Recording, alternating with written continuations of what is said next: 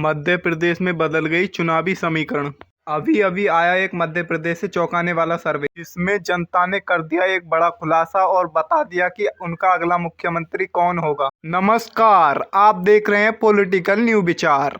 आप सभी का महा ओपिनियन पोल में हार्दिक स्वागत है। जी हाँ, आज हम बात करने वाले हैं मध्य प्रदेश के विधानसभा चुनाव के ओपिनियन पोल के बारे में। हम इस ओपिनियन पोल में बताने वाले हैं कि किस जिले में किस पार्टी को कितनी सीट मिलेंगी। आप बने रहिए हमारी वीडियो के साथ। और कौन अब की बार सरकार बना सकता है, या कमल अपनी सरकार बनाएगा या कमलनाथ अपनी सरकार बनाएंगे, बने रहिए इस वीडियो में। उससे पहले मैं आपको बता दूं कि मध्य प्रदेश में विधानसभा की 230 सीटें हैं और किसी भी पार्टी को अपनी सरकार बनाने के लिए 116 सीटों की आवश्यकता पड़ती है।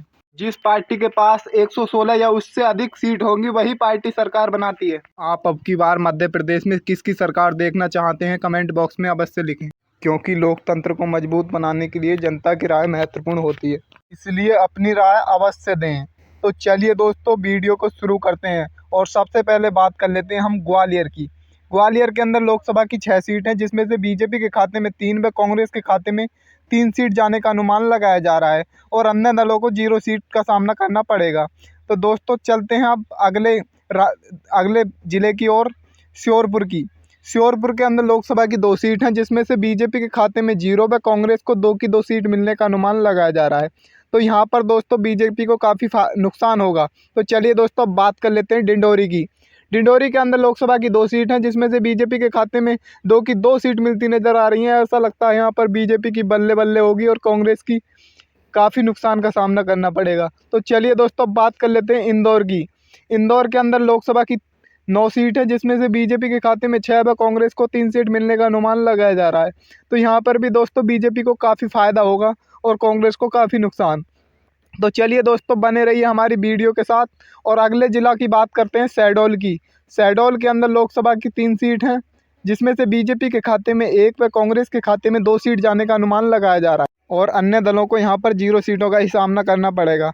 तो चलिए दोस्तों उसके बाद हम बात करेंगे जिला मुरैना की। जिला मुरैना के अंदर लोकसभा की 6 सीट हैं, जिसमें से बीजेपी के खाते में 4 व कांग्रेस को 2 सीट मिलने का अनुमान लगाया जा रहा है। तो यहाँ पर दोस्तों बीजेपी को काफ़ी फायदा होगा और कांग्रेस को काफ़ी नुकसान का सामना करना पड़ सकता है। तो दोस्तों उसके बाद हम बात करेंगे दतिया की। दतिया के अंदर लोकसभा की 3 सीट हैं, जिसमें से बीजेपी को 0 व कांग्रेस को 3 सीट मिल रही हैं। तो ऐसा लगता है यहाँ पर बीजेपी को काफ़ी नुकसान होगा और कांग्रेस की बल्ले बल्ले होने वाली है। तो चलिए दोस्तों अब बात कर लेते हैं जबलपुर की। जबलपुर के अंदर लोकसभा की 8 सीट हैं, जिसमें से बीजेपी के खाते में 4 व कांग्रेस को 4 सीट जाने का अनुमान लगाया जा रहा है। तो यहाँ पर दोस्तों दोनों पार्टियों की टक्कर बनी रह सकती है। तो चलिए दोस्तों आगे हम बात करेंगे अब शिवपुरी की। शिवपुरी के अंदर लोकसभा की 5 सीट हैं, जिसमें से बीजेपी के खाते में 2 व कांग्रेस के खाते में 3 सीट जाने का अनुमान लगाया जा रहा है और अन्य दलों को 0। तो चलिए दोस्तों उसके बाद हम बात करेंगे गुना की। गुना के अंदर लोकसभा की 4 सीट हैं, जिसमें से बीजेपी को 0 व 4 की 4 सीट कांग्रेस पार्टी को मिलती नज़र आ रही हैं। ऐसा लगता है कि यहाँ पर कांग्रेस की बल्ले बल्ले होगी और बीजेपी की काफ़ी हार का सामना करना पड़ेगा। तो चलिए दोस्तों उसके बाद हम बात करेंगे सागर की। सागर के अंदर लोकसभा की 8 सीट हैं, जिसमें से बीजेपी के खाते में 3 व कांग्रेस को 5 सीट जाने का अनुमान लगाया जा रहा है। तो चलिए दोस्तों उसके बाद हम बात करेंगे उज्जैन की। उज्जैन के अंदर लोकसभा की 7 सीट हैं, जिसमें से बीजेपी को 2 व कांग्रेस को 5 सीट जाने का अनुमान लगाया जा रहा है।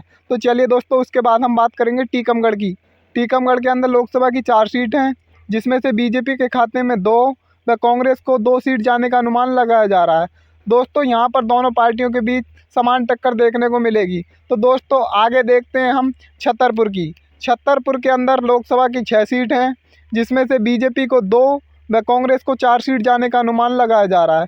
तो यहाँ पर भी दोस्तों बीजेपी को काफ़ी नुकसान का सामना करना पड़ सकता है और कांग्रेस को काफ़ी फ़ायदा होगा और अन्य दलों को तो जहाँ पर 0 सीट मिलने का अनुमान लगाया जा रहा है। तो चलिए दोस्तों अब बात कर लेते हैं अगला जिला भिंड की।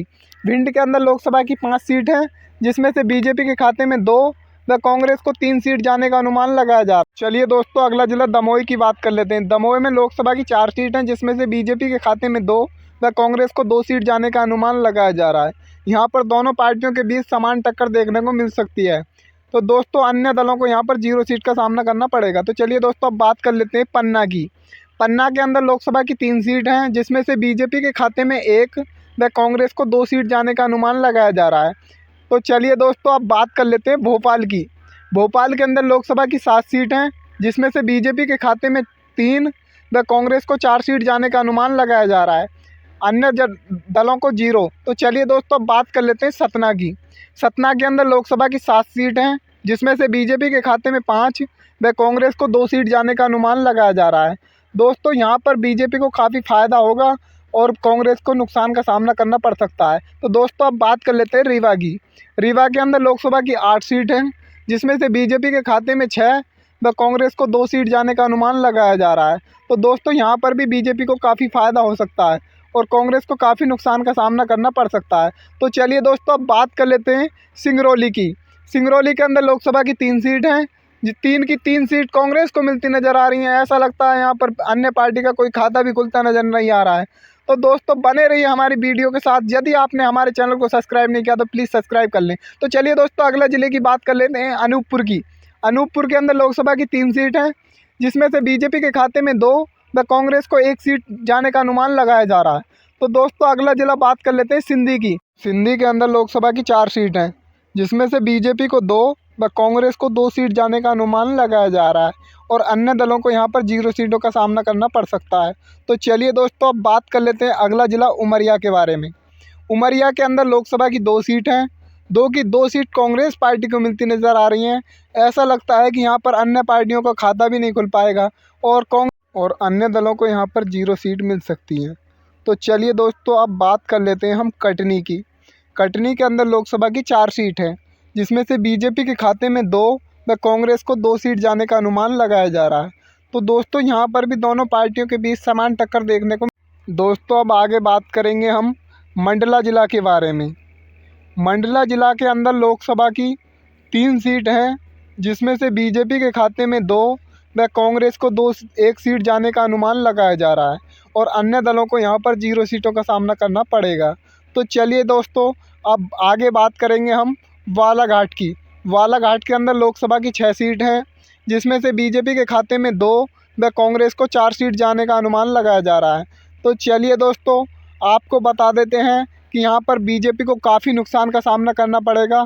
तो चलिए दोस्तों अब आगे बात कर लेते हैं सिवानी की। सिवानी के अंदर लोकसभा की 4 सीट हैं, 4 की 4 सीट कांग्रेस पार्टी को मिलती नज़र आ रही हैं। ऐसा लगता है कि यहाँ पर अन्य दलों का और बीजेपी का कोई खाता ही नहीं खुल पाएगा। तो चलिए दोस्तों अब बात कर लेते हैं नरसिंहपुर की। नरसिंहपुर के अंदर लोकसभा की 4 सीट हैं, जिसमें से बीजेपी के खाते में 1 व कांग्रेस के खाते में 3 सीट जाने का अनुमान लगाया जा रहा है। तो चलिए दोस्तों अब बात करेंगे छिंदवाड़ा की। छिंदवाड़ा के अंदर लोकसभा की 7 सीट हैं, जिसमें से बीजेपी के खाते में 3 व कांग्रेस को 4 सीट जाने का अनुमान लगाया जा रहा है। तो चलिए दोस्तों अब बात करेंगे बैतूल की। बैतूल के अंदर लोकसभा की 5 सीट हैं, जिसमें से बीजेपी के खाते में 3 व कांग्रेस को 2 सीट जाने। दोस्तों अब यहीं पर हम वीडियो को समाप्त करते हैं। ऐसी जानकारी देखने के लिए आगे हमारे